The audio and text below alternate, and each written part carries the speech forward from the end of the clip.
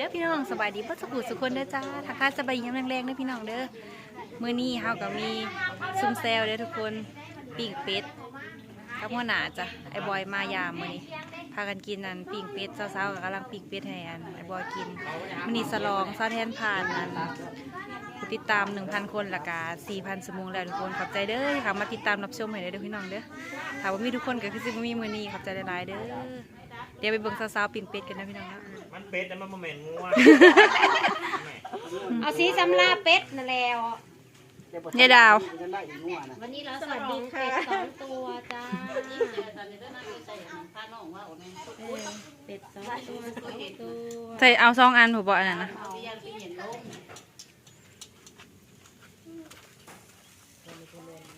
ปิ้งเป็ดค่ะไม่ค่ะไม่ไหม้ค่ะไม่ค่ะ ไม่ไหม้เนาะ ไม่สุกค่ะ ปิ้งเป็ดไม่ไหม้ฮะว่าหันแล้วป่ะห้ามไปไหนหันแล้วไหน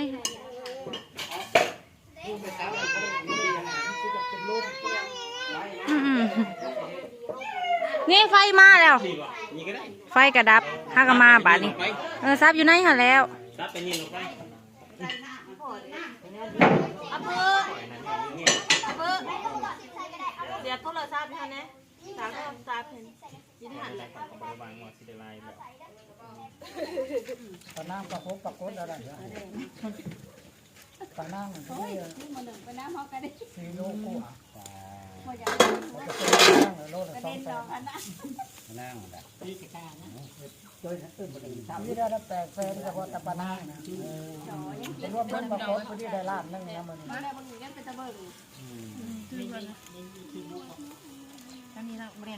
วเกี่ยวกับน้ำเนื้อคนน้อยๆเนาะ ยืดเท่านั้นเนาะใส่เม็ดแข็งยัง ซื้อมาใส่ลูกกระเจ้างามเขาซื้อนะ169เอาลงให้เวฟนี่มันจะเป็นยังเป็นเสือธรรมดาแต่ยืดธรรมดานี่จะปั้นไม่อันเมื่อไหร่จะไปส่งหูหันดวงดาวเฮ็ดจ้าตายกินแล้วไปใส่มันแล้วไปดึก2 โมงมันจะไปแล้วก็ตาข่อย12 โมงหรือขึ้นแล้วนอนยังมาแล้ว ก็ห้าวบ่อันนี้นะ12 โมงแล้วไปเพื่อแล้วอันมากับแจ้งกูแล้ว ทำบุกข้าวมาเมื่อหน้าบ่ได้ โอ้ยทำมาแห้งยิงเขาถ่ายคลิปบ่ขอลงประเทศนี่ข่อยต้องก้นใส่บ่ ไปเราไปวันที่จดเลย สบายดีพี่น้อง ยังจะขโมยอะไรจ้ะ ไปแขน ต้องเมื่อตอนค่ำแล้วมันจะหมดเด็ด 4-5 โมงแล้ว เขาไปขึ้นใส่ลึกไปย้ำมาแล้วไง อ้าวคือว่าจะใส่เกี่ยว นี่รับไปวันที่แล้วไปนี่ ปลาหน้ายายดาว ปนางมันแพงเลยปนาง มันเลยสิกิน ตาของมือเทียน มันมองจากเขาเรียน คือดำคือมืดใช่ไหม อันนี้ พยายาม บอกทุกเจ้า2 คนนะครับเราจะกินเบิร์ดถูกต้องยังหน้าใส่ง่ามง่าม อันนั้นไหมไหมนะ กูได้มาแต่งต่างแล้วนี่นะ ฮะแต่งตั้งหน่อยได้เดี๋ยวมาจะต้องมอง ประมาณมองว่า พูดมา ลายแถบางเลยไล่ไปแน่ จับผมว่า ย่างไปหายายดาวแหน่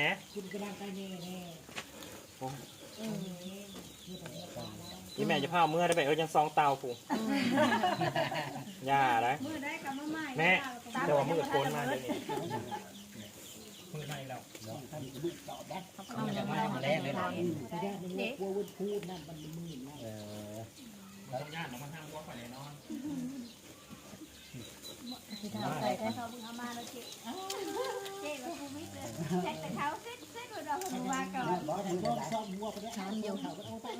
โอ้ยผมคนโตบนมือนี่นะ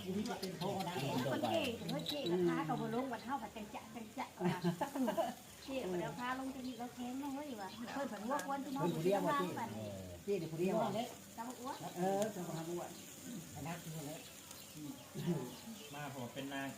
ขีดหอยแม่แม่มีคนหาย ตัวนั้นเป็นจะแสบคอตัวนี้ แม่เบิ่งซองแม่ซองแม่เนาะจ้า ต้องอยากกันผิดเลย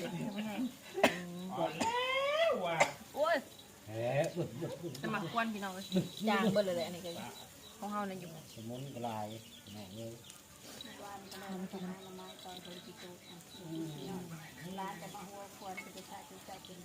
เอาข้าวไว้นะบ่ ทำไมยังมันย่อยโอ้ย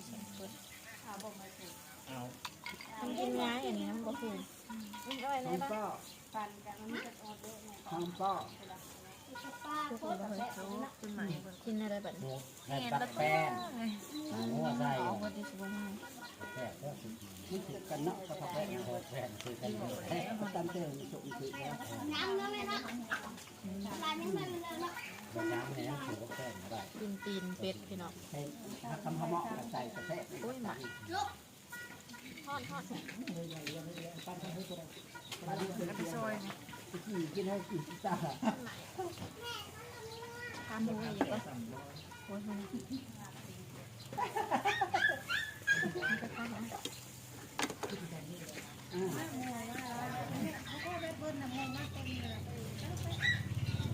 เดี๋ยวนะ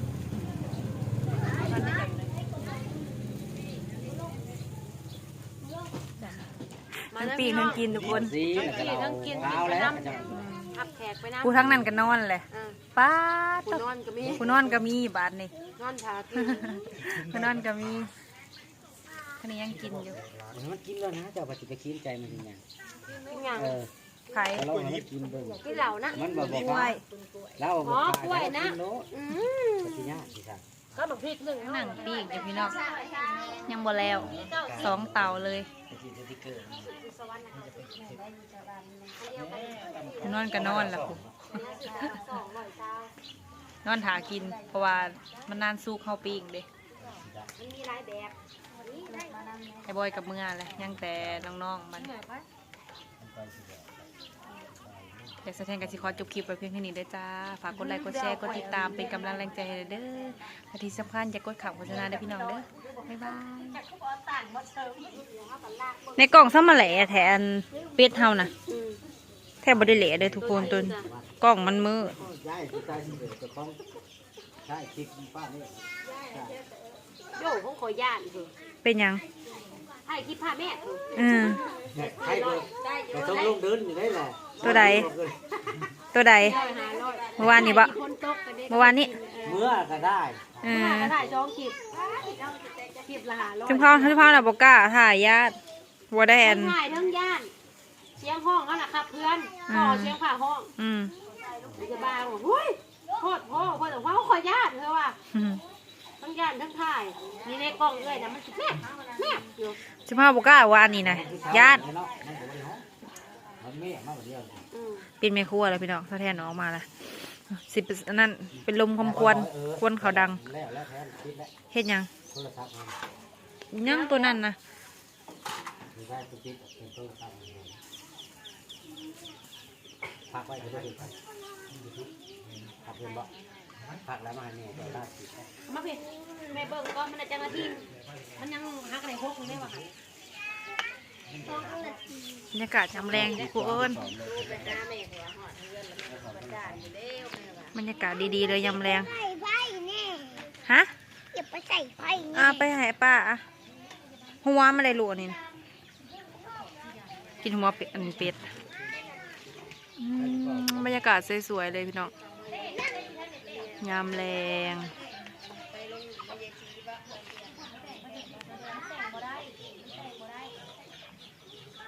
แต่งยังอะนาง